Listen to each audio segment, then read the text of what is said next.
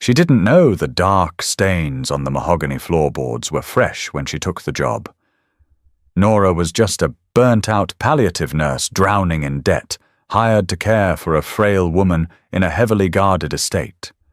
She thought her biggest problem would be the grueling night shifts. She was wrong. Because the woman's son wasn't just a wealthy businessman. He was a ruthless cartel boss who owned the city's underground. And worse, he was watching her every move. The text message from the agency was vague. High-profile client, in-home palliative care, dementia experience required. Ironclad NDA. Pay is triple your current rate. Nora didn't care about the red flags. She cared about the eviction notice taped to her apartment door and the mounting pile of debt her ex-husband had left in her name. When you're broke enough, danger just looks like a paycheck. She drove her sputtering sedan up a winding private road in the hills. The rain was coming down in sheets, turning the world into a grey smear. At the top of the hill, wrought iron gates stood 20 feet high, flanked by stone pillars and security cameras that tracked her car's approach. A man in a dark raincoat stepped out of a guardhouse. He didn't ask for her name. He asked for her ID, scanned it with a device, and stared at her through the rain-streaked window. He wasn't a rent-a-cop. He had the thick neck and dead eyes of a man who broke things for a living. The gate swung open without a sound. The house was a sprawling, brutalist mansion of glass and black stone.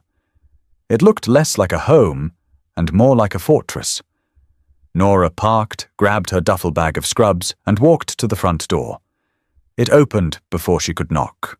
"You're late," a voice said. It wasn't a butler. It was a man in his late 30s, leaning against the foyer wall. He wore a charcoal suit that probably cost more than Nora's car, but the tie was pulled loose, and the top 2 buttons of his shirt were undone. He held a crystal glass with 2 fingers. Amber liquid. No ice. The agency said 8 o'clock. Nora said, shaking the water from her umbrella. She didn't apologize. Apologies in her line of work usually meant someone had died. "It's 7:55. He stared at her. His eyes were dark, hollowed out by exhaustion, but sharp. Calculating. He took a sip from his glass, his gaze dragging over her cheap rain jacket, her sensible, scuffed clogs, and the dark circles under her own eyes. "Gabriel Gallo," he said, not offering his hand. "Nora. I know who you are, Nora. I know you owe $40,000 in back taxes. I know you got fired from St. Jude's for stealing oxycodone. I didn't steal it." Nora cut in, her voice flat. "A resident misplaced a sheet. I was the charge nurse. I took the fall. If you read the rest of the file you bought, you'd know the board cleared me."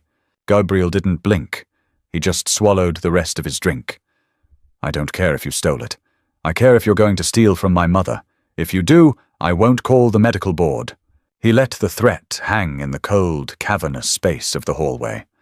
Nora felt a prickle of genuine fear at the base of her skull, but she pushed it down. She had handled combative patients, screaming relatives, and arrogant surgeons. A rich jerk with a god complex wasn't new. "I'm here to do a job, Mr. Gallo," she said, shifting her bag to her other shoulder. "I administer meds, I monitor vitals, and I keep her comfortable. That's it. Show me the patient." A muscle feathered in his jaw. For a second she thought he might throw her out into the rain. Instead, he turned on his heel. "Follow me." They walked down a long, dimly lit corridor. The house was dead quiet. No hum of a television, no clatter of dishes. Just the sound of Gabriel's leather shoes and Nora's rubber soles on the hardwood. He pushed open double oak doors at the end of the hall. The room inside was a jarring contrast to the rest of the house. It was painted a soft yellow. The air smelled of lavender and sterile rubbing alcohol. A hospital bed sat in the center of the room, flanked by expensive monitoring equipment. In the bed lay a woman who looked no larger than a child. Her white hair was thin, fanned out across the pillow. She was staring at the ceiling, her hands plucking aimlessly at the edge of the cashmere blanket. "Ma," Gabriel said. His voice changed. The coldness evaporated, replaced by a raw, bleeding kind of gentleness that caught Nora off guard. He stepped to the side of the bed and picked up the woman's frail, paper-thin hand. "Ma, look who's here." Rosa Gallo turned her head slowly. Her eyes were cloudy, lost in a time only she could see. "Antonio," she whispered. Gabriel closed his eyes for a fraction of a second. "No, Ma, it's Gabriel. I brought someone to help you out. This is Nora." Nora stepped forward, slipping instantly into her clinical persona. She offered a warm, professional smile. "Hello, Rosa. It's very nice to meet you." Rosa blinked at her, then looked at Gabriel. She has kind eyes, not like the men downstairs. "Tell the men downstairs to stop cleaning their boots in my kitchen." Gabriel swallowed hard. "I'll tell them, Ma." He let go of her hand and stepped back, retreating into the shadows of the room. Nora approached the bed, checked the IV line running into Rosa's arm, and glanced at the medication chart on the bedside table. It was a mess. Whoever had been doing this before her was sloppy. She hasn't had her evening Seroquel, Nora noted, reading the chart. "And this line needs to be flushed. It's starting to infiltrate." Gabriel stood in the corner, arms crossed. "Can you fix it?" "It's what you're paying me for." Nora grabbed a pair of latex gloves from a box on the cart. She snapped them on. "I need you to step outside, Mr. Gallo. Family members usually make this part harder." Gabriel didn't move. "I don't leave my mother alone with strangers." Nora stopped. She looked at him over her shoulder. "Then you're going to stand there and watch me cause her a brief amount of pain while I reset this line. If you interfere, I pack my bag and leave. Understood?" They stared at each other across the sterile expanse of the room. The air was thick, heavy with an unspoken power struggle. Gabriel Gallo wasn't a man who was told what to do. The silence stretched until it felt brittle enough to snap. Finally, Gabriel gave a curt nod. "Just get it done." Nora turned back to Rosa. She spoke softly, explaining what she was doing, even if the older woman didn't fully comprehend. She worked quickly, efficiently. When the needle slid out and the new one went in, Rosa whimpered. Gabriel took a step forward, his hands balling into fists, but Nora shot him a sharp look. He froze. "All done, Rosa," Nora said, securing the tape. "You did great." She stripped off the gloves and tossed them in the biohazard bin. She started making notes on the chart. Gabriel remained in the corner, watching her. He wasn't looking at his mother anymore. He was looking at Nora's hands. "Your shift is 8 p.m. to 8 a.m., he said quietly. "My men will bring you whatever you need. You do not leave this wing of the house. You do not ask questions about who comes and goes. If you see something, you forget it." Nora clicked her pen shut. "I only care about my patient, Mr. Gallo. The rest is none of my business." "Good." He walked to the door. "Keep her alive, Nora, or we're going to have a problem." He shut the door behind him. Nora stood alone in the quiet room with the sleeping woman. She looked down at the mahogany floor near the door. There was a dark, tacky smudge near the baseboard. She knelt down and touched it with a gloved finger. It was rust-colored, copper-scented. "Blood!" Nora wiped her finger on a gauze pad, threw it away, and went to sit in the armchair by the bed. She had a long night ahead of her. A month passed. The rhythm of the Gallo estate was bizarre, terrifying, and profoundly isolating. Nora learned the rules quickly. Rule 1, the men in suits, Jude, Benny, Carmine, were not to be spoken to, though they brought her meals on silver trays. Rule 2, the West Wing was completely off-limits. Rule 3, Gabriel Gallo did not sleep. He was a ghost haunting his own house.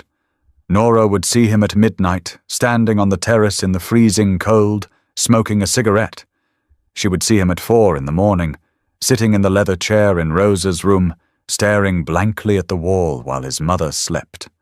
He always looked like a man carrying a corpse on his back. Rosa was deteriorating, The dementia was an ugly, relentless thief, stealing pieces of the woman away day by day. Sundowning hit hard. When the sun set, Rosa became agitated, paranoid, and sometimes violent. It was 2:15 a.m. on a Tuesday when the screaming started. Nora had stepped into the adjoining bathroom to wash her face.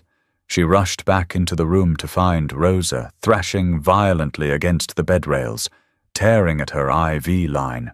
"They're coming!" Rosa shrieked, her eyes wide and unseeing. "Antonio, they have guns! Hide the boy!" "Rosa, it's okay. You're safe," Nora said, moving in quickly, trying to pin the frail wrists before the IV ripped out. But the old woman had a sudden, frantic strength. Her fingernails caught Nora's cheek, scratching a deep, stinging line down to her jaw. The oak doors slammed open. Gabriel burst in, his suit jacket gone, a holstered gun strapped across his chest over a white dress shirt. His eyes were wild. "What happened? What did you do?" he barked, closing the distance in 3 strides. "Nothing! She's having an episode!" Nora grunted, struggling to hold Rosa's arm steady. "Don't yell! You're making it worse!" Gabriel ignored her. He reached for his mother. "Ma, stop! It's Gabriel! You're fine!" "Don't touch him!" Rosa screamed, looking right at Gabriel but seeing a monster. She spat in his face. "Murderer! You took my husband! Murderer!" Gabriel froze. The word struck him like a physical blow. The color drained from his face, and his hands dropped to his sides. He looked entirely, utterly broken. "Get out!" Nora ordered. Gabriel just stood there, the spit slowly dripping down his cheek. "Gabriel, get out of the room, now!" Nora used her command voice, the one that snapped residents and doctors alike into line. He blinked, slowly backing away, before turning and stumbling out into the hallway. It took Nora 20 minutes to calm Rosa down.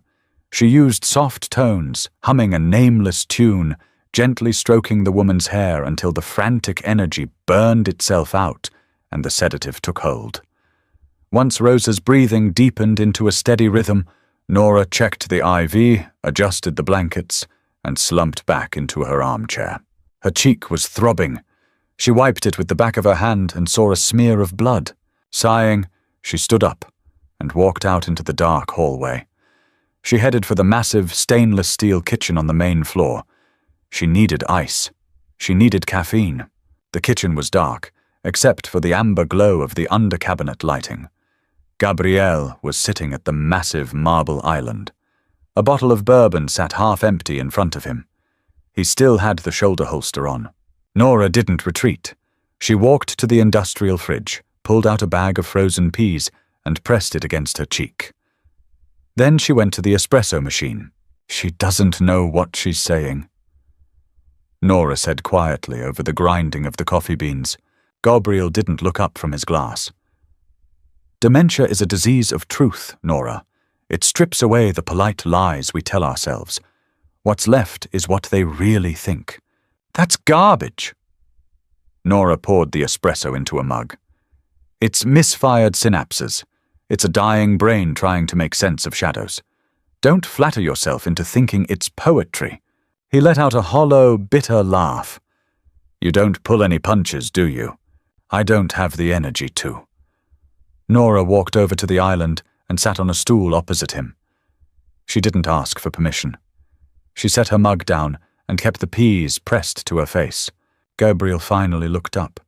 He looked at the makeshift ice pack, then at her eyes. "She hurt you. Occupational hazard. I pay you enough to deal with it, right?" His tone was mocking, trying to push her away, trying to re-establish the cold boundary between boss and employee. Nora didn't take the bait. "You pay me to keep her comfortable. The scratches are free." A heavy silence settled over the kitchen. The only sound was the hum of the refrigerator. Gabriel stared at his glass, tracing the rim with his thumb. Nora drank her coffee black. It was a bizarre domesticity, the cartel boss and the burnt-out nurse sharing the dead hours of the night. "My father," Gabriel said softly, breaking the silence. "He was in the life. He was shot in our driveway when I was 12. She was looking out the window when it happened. Sometimes she gets confused. She thinks I'm the man who pulled the trigger." Nora lowered the bag of peas. She looked at him. Really looked at him. Beneath the tailored clothes and the guns and the fear he commanded, he was just a son watching his mother rot from the inside out. "I'm sorry," Nora said. It was the only thing to say. Gabriel met her gaze. The exhaustion in his eyes was mirrored in hers. He looked down at her hands, resting on the marble counter. They were red from washing, calloused. Then he looked at her shoes. The cheap clogs were peeling at the seams. He didn't say anything else. He just finished his drink, stood up, and walked out of the kitchen. The next evening, when Nora arrived for her shift, there was a box sitting on the chair in Rosa's room. Inside was a pair of high-end custom support nursing shoes. They were exactly her size. There was no note. Nora stared at them for a long time. She hated that they were exactly what she needed. She hated that she put them on. And she really hated how perfectly they fit. The illusion of safety shattered 3 weeks later. It was raining again. The house felt restless. The guards outside were pacing more frequently, and the men inside spoke in hushed, urgent tones.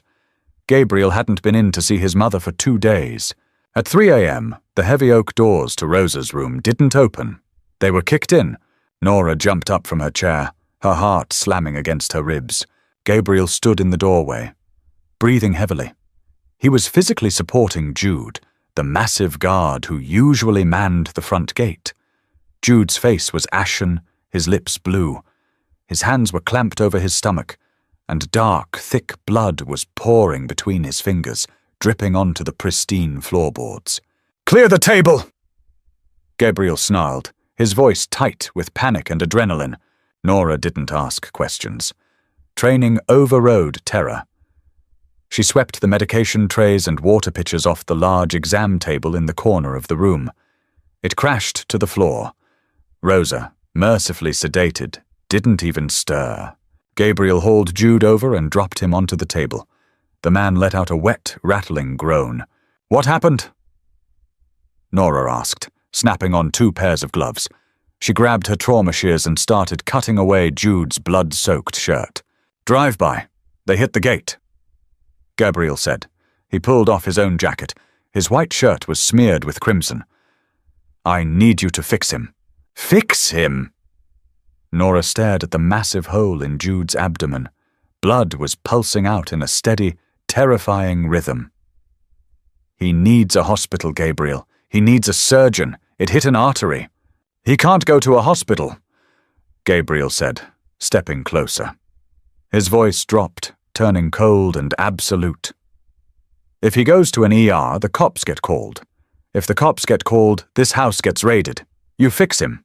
"I'm a nurse, not a trauma surgeon," Nora yelled, pressing a massive stack of gauze into the wound. Jude screamed, his back arching off the table.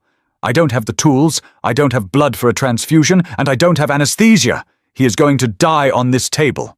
Gabriel grabbed her by the shoulders. His hands were strong, desperate. "Nora, look at me."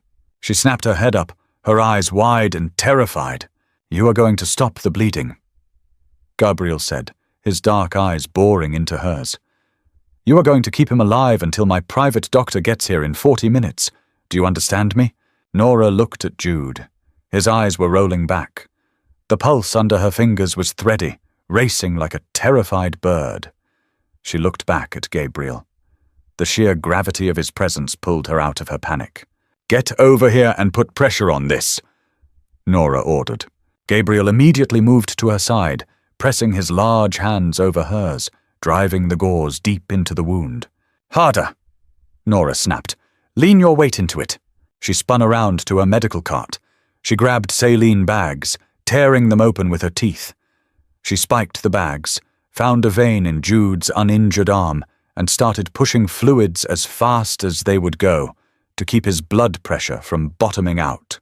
"He needs to stay awake," Nora said, rushing back to the table.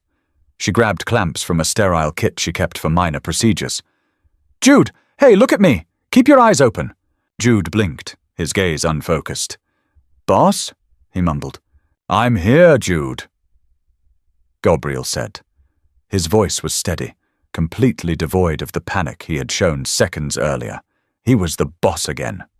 Absolute control. You're not dying today, understand? Nora pushed Gabriel's hands aside and dug into the wound with the clamps. The blood was slick, blinding her. She operated on pure instinct and anatomy recall. She felt the severed edge of a vessel. She clamped it. The geyser of blood slowed to a sluggish weep. Nora let out a ragged breath, her shoulders dropping. I got the bleeder. But he's going into shock. Where the hell is your doctor? 10 minutes, Gabriel said softly. They stood there in the blood-soaked room. Jude passed out, but his breathing was steady. Nora stepped back from the table, peeling off her bloody gloves. Her hands were shaking violently now that the adrenaline was crashing. She walked over to the small sink in the corner and turned on the hot water. She scrubbed her hands with industrial soap, watching the pink foam spiral down the drain. Gabriel walked up behind her. He didn't say anything. He just reached out, turned on the cold water beside her hot, and started washing his own hands in the same sink. Their shoulders brushed. He smelled like gunpowder, copper, and expensive cologne. Your hands didn't shake, Gabriel said quietly, his voice a low rumble over the sound of the running water. Not until it was over. Hazard pay, Nora said, her voice hoarse. I want double hazard pay for this. Gabriel let out a sound that was half laugh, half sigh. He reached for a towel and handed it to her. As she took it, his fingers brushed hers. They lingered. The touch was entirely intentional. You can have whatever you want, Nora, he said, looking down at her. The exhaustion was gone from his eyes, replaced by something much sharper and much more dangerous. Anything. Nora looked up at him. She knew she should look away. She knew she should grab her bag, walk out the front door, and never come back to this house of blood and ghosts. But she didn't. She couldn't. Because for the first time in years, someone was looking at her like she mattered, even if he was a monster. Dr. Wyatt did not ask for a patient history. He arrived 38 minutes after the call, carrying a black leather bag that looked heavy enough to contain bowling balls. He was a man in his 60s with an immaculate silver beard and a grey tailored suit. He walked into Rosa's bedroom, stepped over the shattered glass of the fallen medication tray, and looked at Jude, bleeding out on the exam table. Then he looked at Nora. You clamped the hepatic artery? Wyatt asked, his voice entirely devoid of inflection. I couldn't tell you what it was, Nora said, stepping back so he could take over. Her scrubs were ruined. The copper stench of blood hung heavy in the air, masking the lavender. I just found the pulsing and shut it off. Wyatt grunted.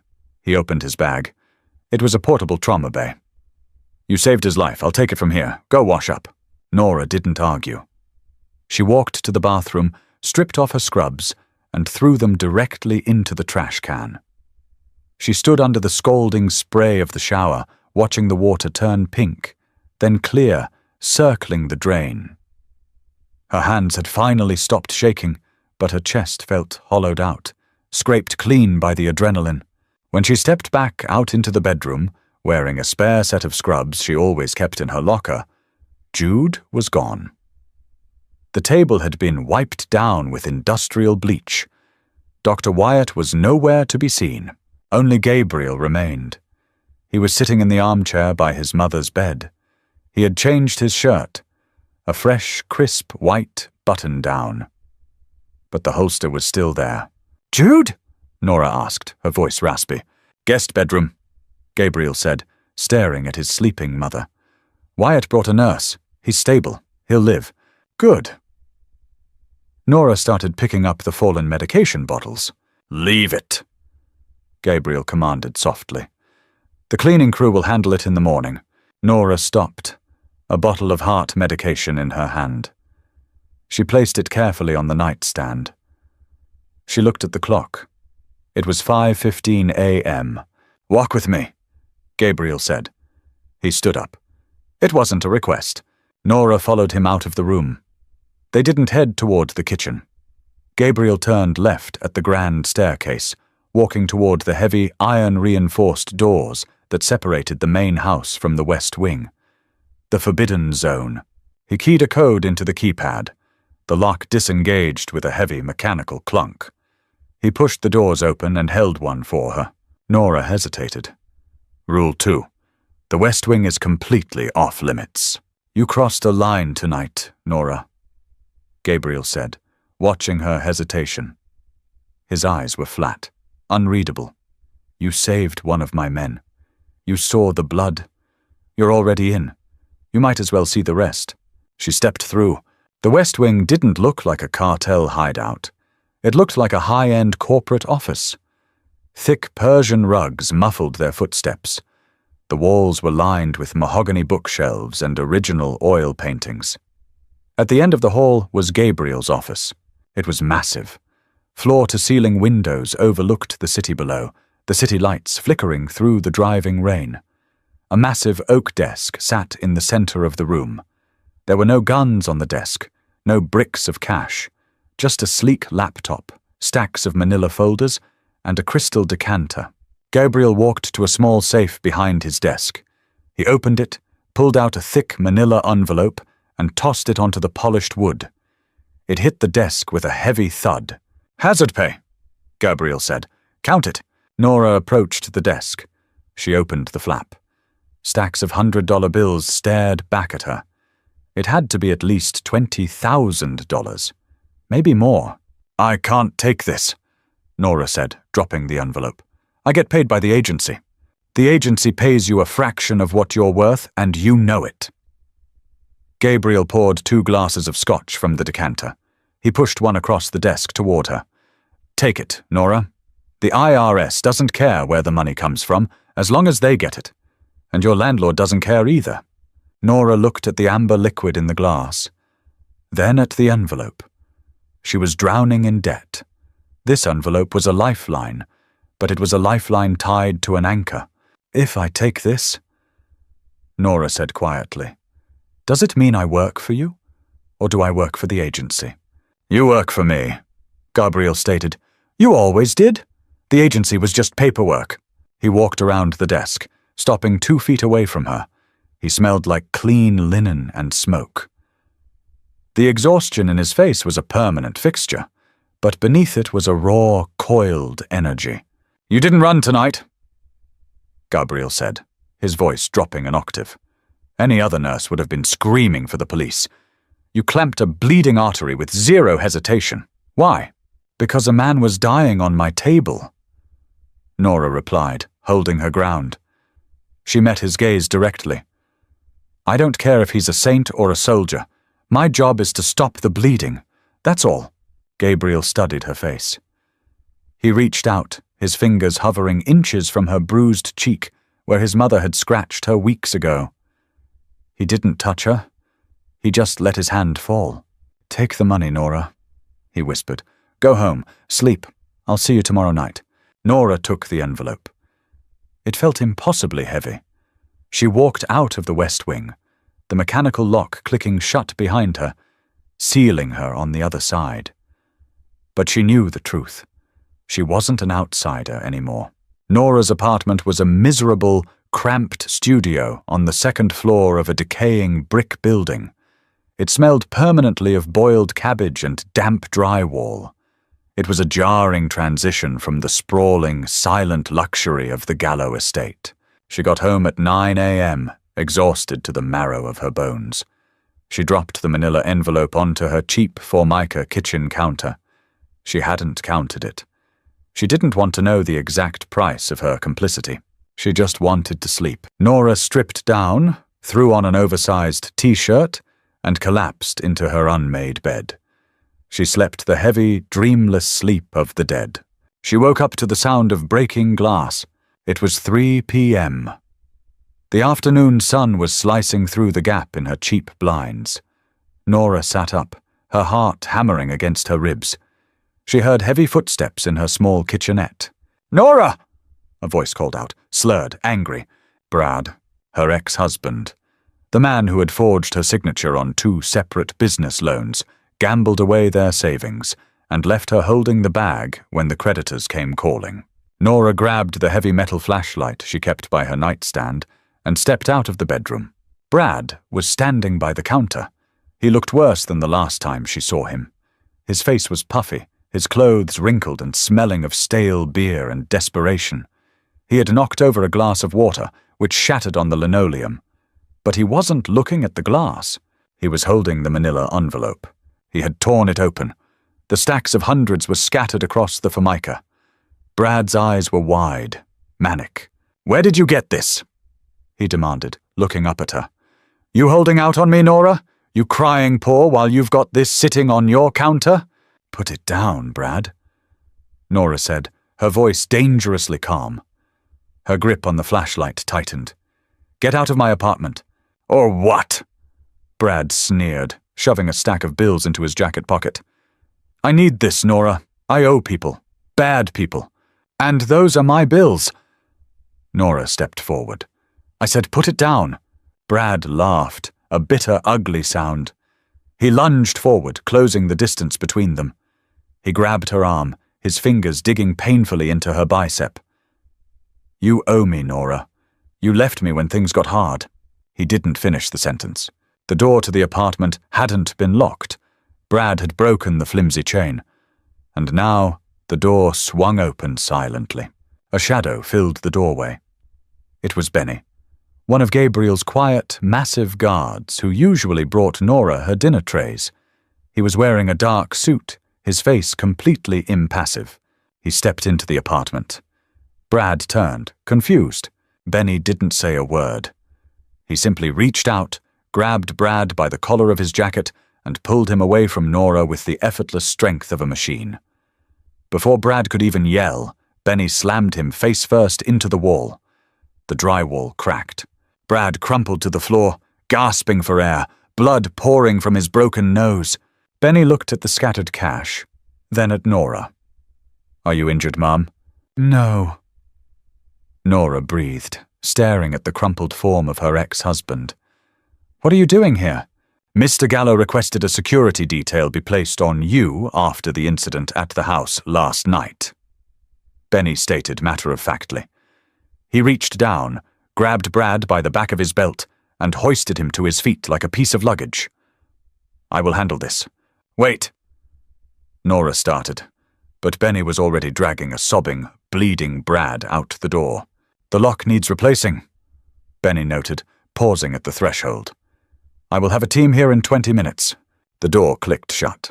Nora stood alone in her apartment. The scattered money lay on the counter. The blood was on her wall. The sheer, suffocating reach of Gabriel Gallo had just wrapped its hands around her personal life. She didn't wait for the team. She threw on clothes, grabbed the envelope, and drove straight back to the hills. It was 4:30 p.m. The sun was starting to set. The guards at the gate recognized her car and opened the iron jaws without a word.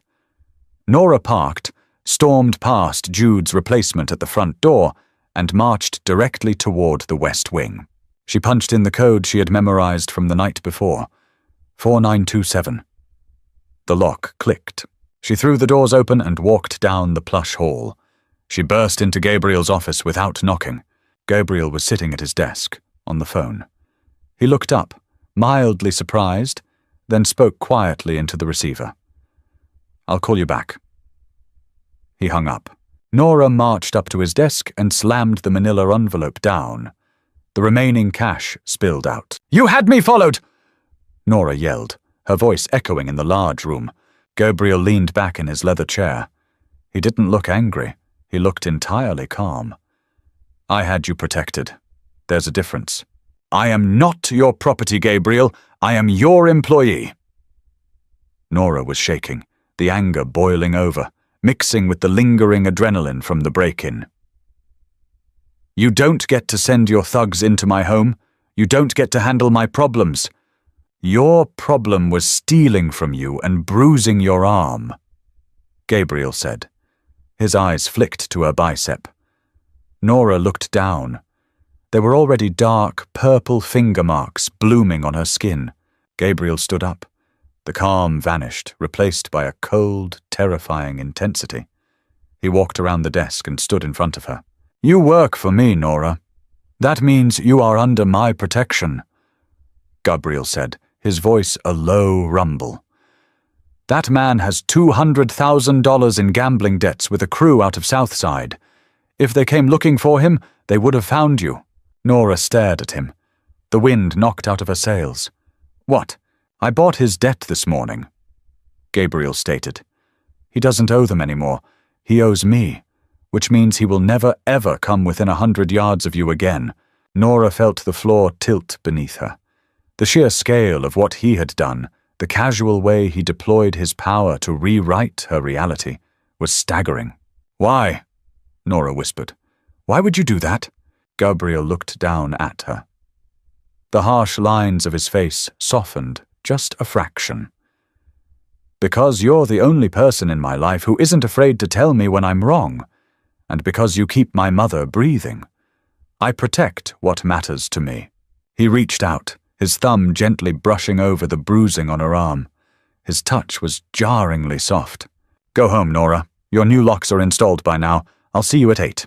Nora left the money on the desk.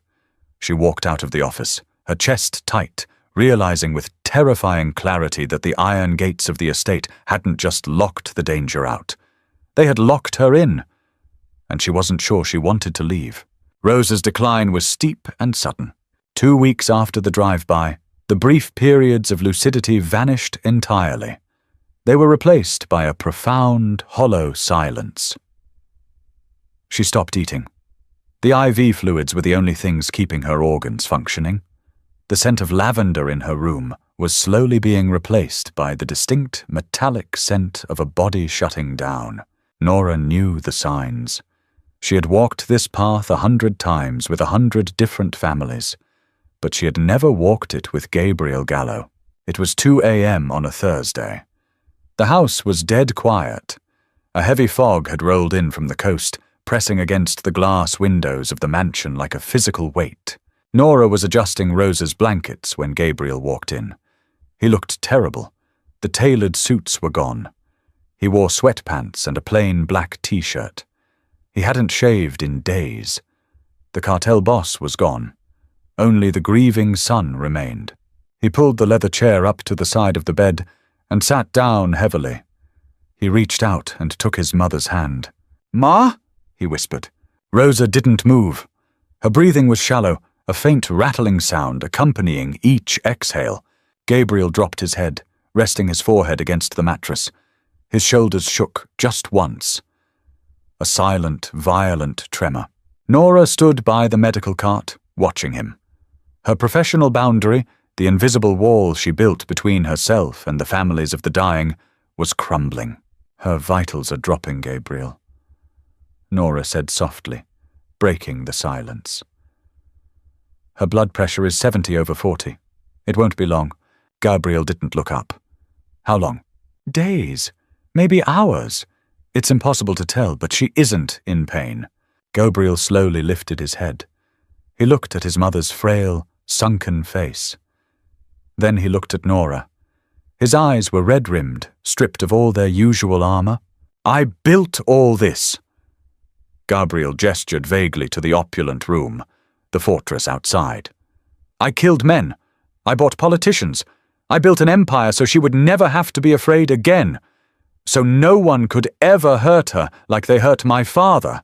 He let out a broken laugh. "And I can't do a damn thing about this. I have all the power in the world, and I can't buy her one more day." Nora walked around the bed. She didn't offer empty platitudes. She didn't tell him it was God's plan, or that his mother was going to a better place. She gave him the only thing that actually mattered in the dark. The truth. "No, you can't," Nora said, standing beside his chair. "Power doesn't matter here. Money doesn't matter. The only thing that matters is that you're here, that she isn't alone." Gabriel stood up. The sudden movement was jarring. He turned to face Nora. He was so close she could feel the heat radiating from him. "I'm always alone, Nora. he said, his voice cracking. He didn't step back. The air in the room suddenly felt incredibly thin. Nora looked up into his eyes, seeing the raw, bleeding grief, the crushing isolation of a man who lived his life surrounded by people he paid to be there. Nora reached up. She didn't overthink it. She didn't weigh the consequences or remember the rules. She placed her hand flat against his chest, right over his heart. It was beating frantically, like a trapped animal.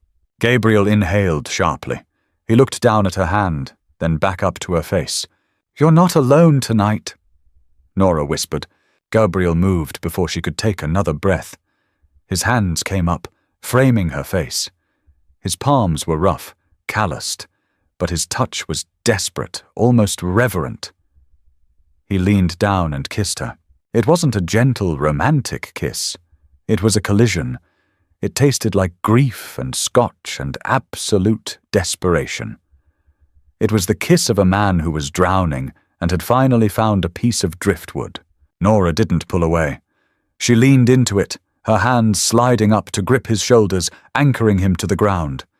The cynicism, the professionalism, the fear, it all burned away in the space of a single heartbeat. He backed her against the wall near the door, out of the dim light of the bedside lamp. His mouth moved from her lips to her jaw, trailing down her neck. His breathing was ragged, his hands gripping her waist as if she were the only real thing in the room. "Nora," he breathed against her skin, a confession and a plea wrapped into one word. "I'm here," she answered, her hands buried in his dark hair. They stood there in the shadows, clinging to each other while the fog pressed against the windows and the empire outside faded into nothing. The cartel, the debt, the blood on the floorboards. None of it mattered. For a few stolen minutes in the dark, they were just two broken people trying to put the pieces back together. But as Gabriel kissed her again, deeper this time, a quiet, rattling sigh came from the bed. Then absolute silence. Nora froze. She gently pushed Gabriel back. The grief in his eyes was instantly replaced by a stark, terrifying realization. Nora walked over to the bed. She picked up Rosa's wrist, pressing 2 fingers to the translucent skin. She waited 10 seconds. 20. She looked up at Gabriel, standing in the shadows. "She's gone." Gabriel did not cry. The tremor that had shaken his shoulders just moments before vanished, locked away behind a steel vault in his chest. He stood up slowly, stepping back from the bed. The vulnerable, desperate man who had just pinned Nora to the wall ceased to exist. The Don of the Gallo family took his place. "Call Wyatt," Gabriel said. His voice was flat, devoid of any human inflection. He didn't look at his mother's body. He looked at the wall above the headboard. "Tell him it's done." Nora stood frozen for a second, her lips still tingling, her pulse still hammering a frantic rhythm. The whiplash of his emotional withdrawal was violent. She nodded, stepping back into her clinical persona like slipping on a heavy lead apron. By 3 a.m. the house was swarming. Men in dark suits moved with quiet, practiced efficiency. There were no sirens, no flashing ambulance lights. Dr. Wyatt arrived, signed the death certificate with a gold-plated pen, and handed it to a man Nora had never seen before. A private mortuary team wheeled a discreet silver gurney down the hall. Nora stood in the corner of the room, holding her medical bag. Her job was over. The patient was gone. Gabriel stood in the doorway, watching the morticians zip the black bag closed. He hadn't looked at Nora since he stepped away from the wall. He was smoking a cigarette right there in the hallway, the ash falling onto the pristine mahogany floorboards. When the gurney rolled past him, he didn't move to touch it. He just took another drag. "Mr. Gallo," Nora said quietly, walking over to him. "I've logged her final medications. The agency will send the closing paperwork tomorrow." Gabriel exhaled a long plume of smoke. He finally looked at her. His eyes were completely dead. They were the eyes of a shark cruising through deep water. "Jude will escort you to your car." Gabriel said. He reached into the inside pocket of his jacket and pulled out a thick, sealed envelope. He held it out. Your final pay, plus the bonus. Nora looked at the envelope. It was exactly like the one he had given her for saving Jude's life. A transaction. A severance. Gabriel, she started, her voice dropping. She reached out, wanting to touch his arm, wanting to find the man who had kissed her in the dark. He stepped back. The movement was small, but it felt like a door slamming in her face. Thank you for your service, Nora. Do not come back to this house. He turned on his heel and walked away, disappearing into the shadows of the West Wing. Nora stood alone in the hallway. Jude, pale but standing upright, appeared a few moments later. He gestured toward the front door. I'll walk you out, Ma'am. Nora drove down the winding hill in silence.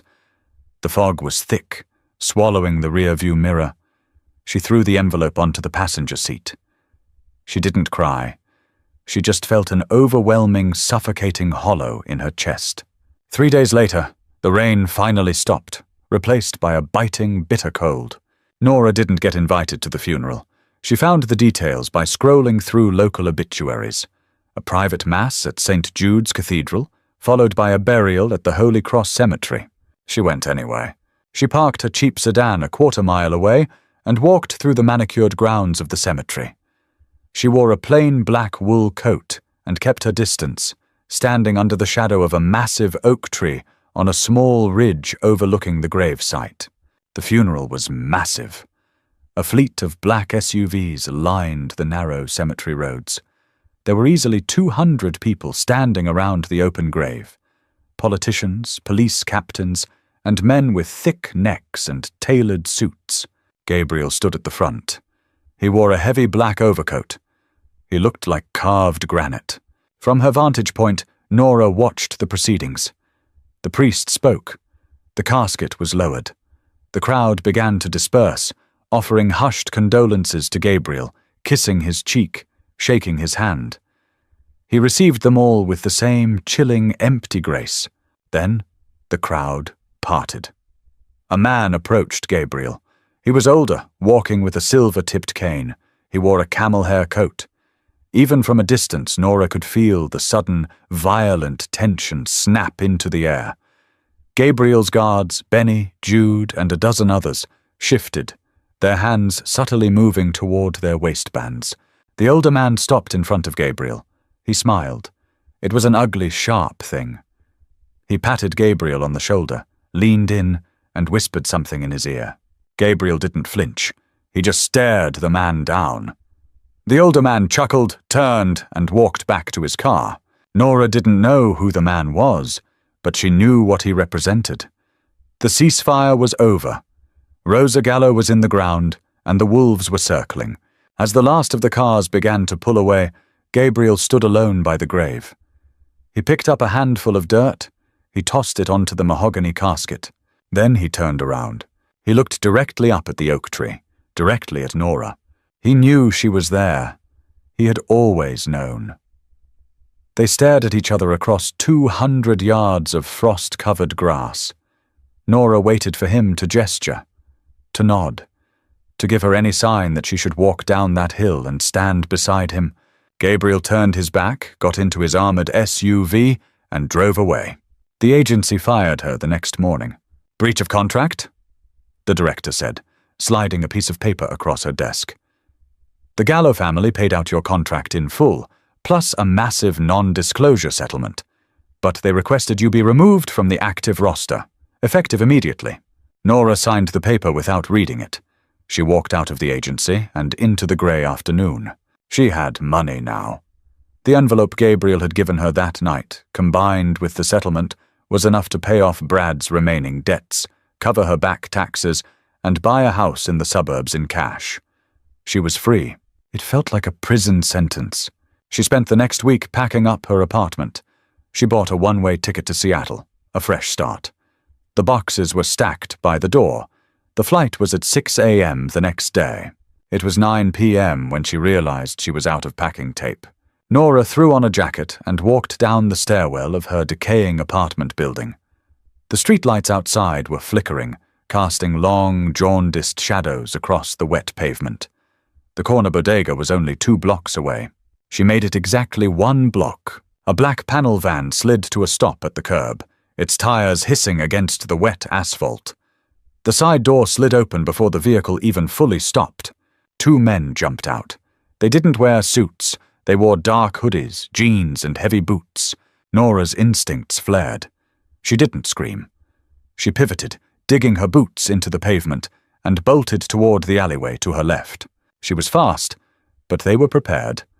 A 3rd man stepped out from the shadows of the alley, blocking her path. He grabbed her by the front of her jacket. "Easy, nurse," he grunted, slamming her backward into the brick wall of the building. The breath left her lungs in a violent rush.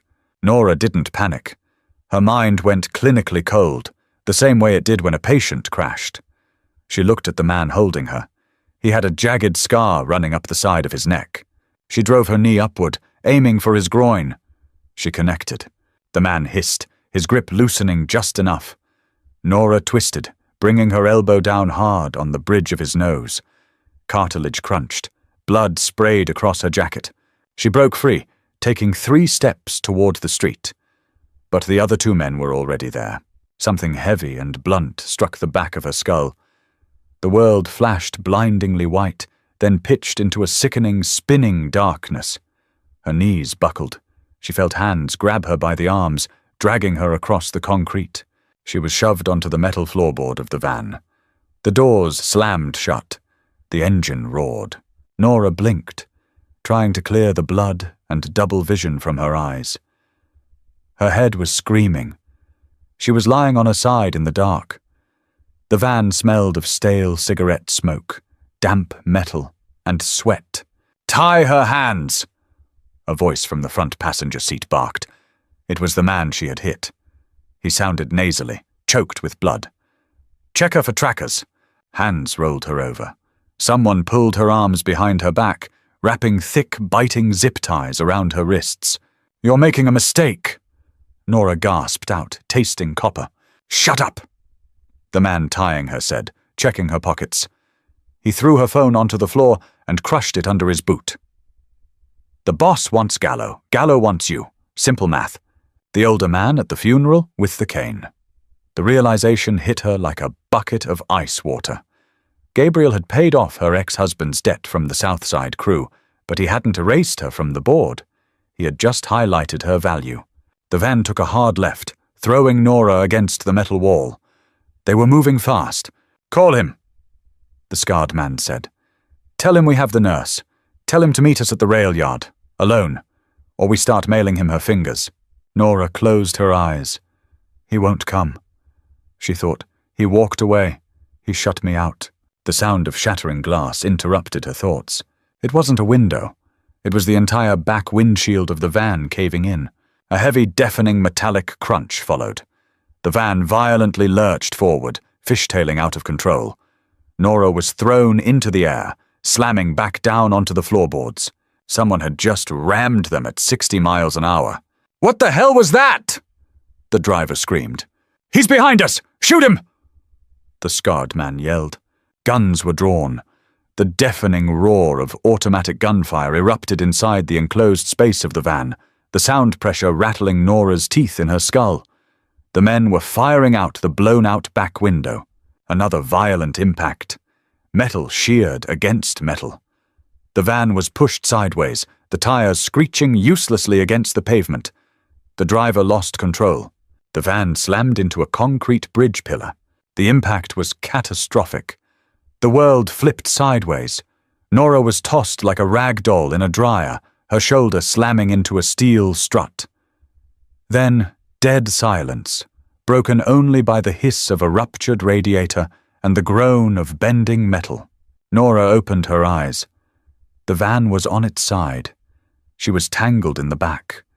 The man who had tied her hands was lying entirely still near the crumpled front seats. The scarred man was groaning, trying to drag himself out of the passenger window. Footsteps crunched on the broken glass outside. Slow, methodical. A shadow fell over the passenger side. A hand reached in, grabbed the scarred man by the hood of his sweatshirt, and hauled him out through the broken window. "Where is she?" a voice demanded. It was a voice that belonged to the devil himself. "She's in the back! She's alive!" The scarred man screamed, sobbing. 2 suppressed gunshots coughed into the night. The scarred man stopped screaming. The back doors of the van were wrenched open. The metal screamed in protest. Gabriel stood there. He wasn't wearing a suit. He was wearing tactical gear, a black plate carrier over a dark sweater. He had a suppressed pistol in his right hand. His face was splattered with blood that wasn't his own. His eyes were wide, feral, and utterly terrifying. He saw Nora lying on the floorboard. He dropped the gun. It hit the pavement with a clatter. He crawled into the wreckage, uncaring of the jagged glass ripping at his clothes. He reached her, grabbing her shoulders, pulling her up against his chest. "Nora! Nora, look at me!" he commanded, his voice shaking violently. She blinked up at him. She couldn't feel her hands. Her head was bleeding, but she saw his face. The armor was gone. The dawn was gone. It was just Gabriel, and he was terrified. He pulled a knife from his belt and sliced through the zip ties on her wrists. He ran his hands over her arms, her neck, checking for bullet holes. "I'm okay," she whispered, her voice raspy. "I'm okay." He let out a ragged, broken sound. He pulled her flush against his chest, burying his face in her neck, holding her so tightly she could barely breathe. "I thought I lost you," he breathed against her skin. "I thought they got you." "You told me not to come back," Nora said, leaning her heavy head against his shoulder. "I lied," Gabriel whispered. He scooped her up in his arms, carrying her out of the wrecked van and into the freezing night air. "I've been parked outside your apartment every night since she died. I just couldn't let you see me." He carried her toward a massive, dented black SUV parked sideways across the street. Benny was standing by the driver's side, holding an assault rifle, scanning the empty street. Gabriel put her in the passenger seat. He didn't let go of her hand. The safe house was a windowless, concrete basement beneath a warehouse on the docks. It was cold, smelling of salt water and old dust. Nora sat on a metal folding chair under a harsh fluorescent bulb. She had a butterfly bandage over the cut on her hairline and a massive bruise blossoming on her cheekbone. Gabriel sat on a crate opposite her. He had taken off the tactical vest. His black sweater was torn at the shoulder, revealing a nasty, jagged gash from the van's shattered windshield. He was bleeding sluggishly, but he refused to let her look at it until he was sure she didn't have a concussion. "I'm fine, Gabriel," Nora said for the 4th time. She reached into the first aid kit Benny had brought them. She pulled out a needle, thread, and a bottle of iodine. "Take the sweater off." Gabriel stared at her. He slowly pulled the sweater over his head, wincing as the fabric pulled against the wound. His chest was covered in old scars, knife wounds, burn marks, the roadmap of a violent life. Nora stood up, moved between his knees, and started cleaning the cut on his shoulder with an iodine-soaked gauze pad.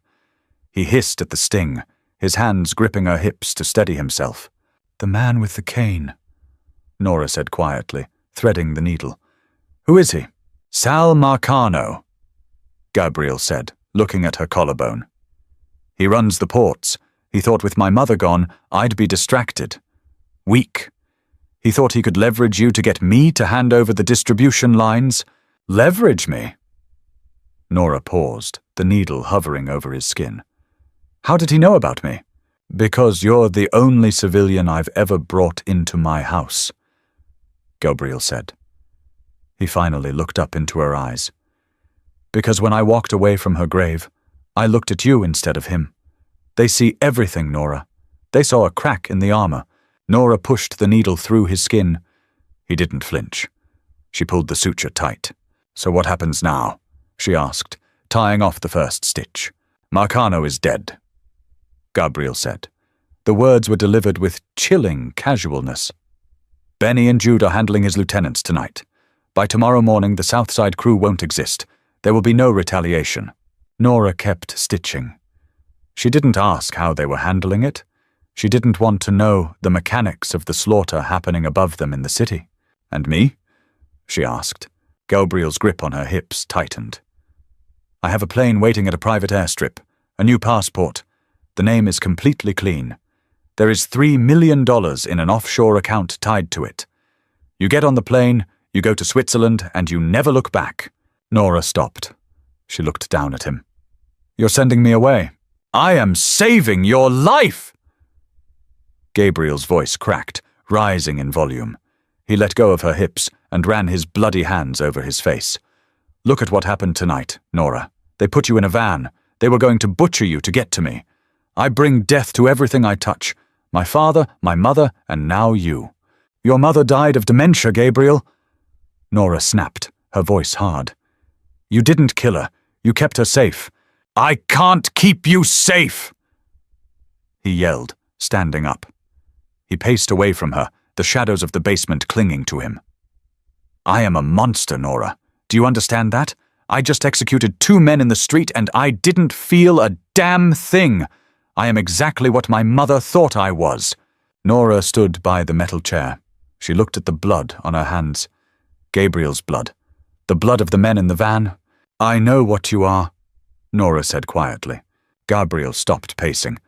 He looked at her, his chest heaving. I knew what you were the day I walked into that house. Nora continued, stepping toward him.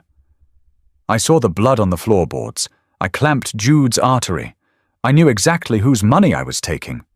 Don't insult my intelligence by pretending I'm some naive girl who needs to be rescued from the big bad wolf.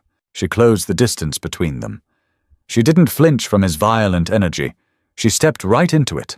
I've spent my entire life taking care of dying people, Nora said, her voice dropping to a fierce whisper. I have held the hands of good men who died screaming and bad men who died peacefully in their sleep. The universe doesn't care if you're good or bad, Gabriel. It just cares who is left standing at the end. She reached up, placing her hands on his bare, scarred chest. I don't want the passport, Nora said. I don't want the money. I want the man who didn't let me go. Gabriel stared at her. The violent storm in his eyes broke, replaced by a profound, terrifying awe.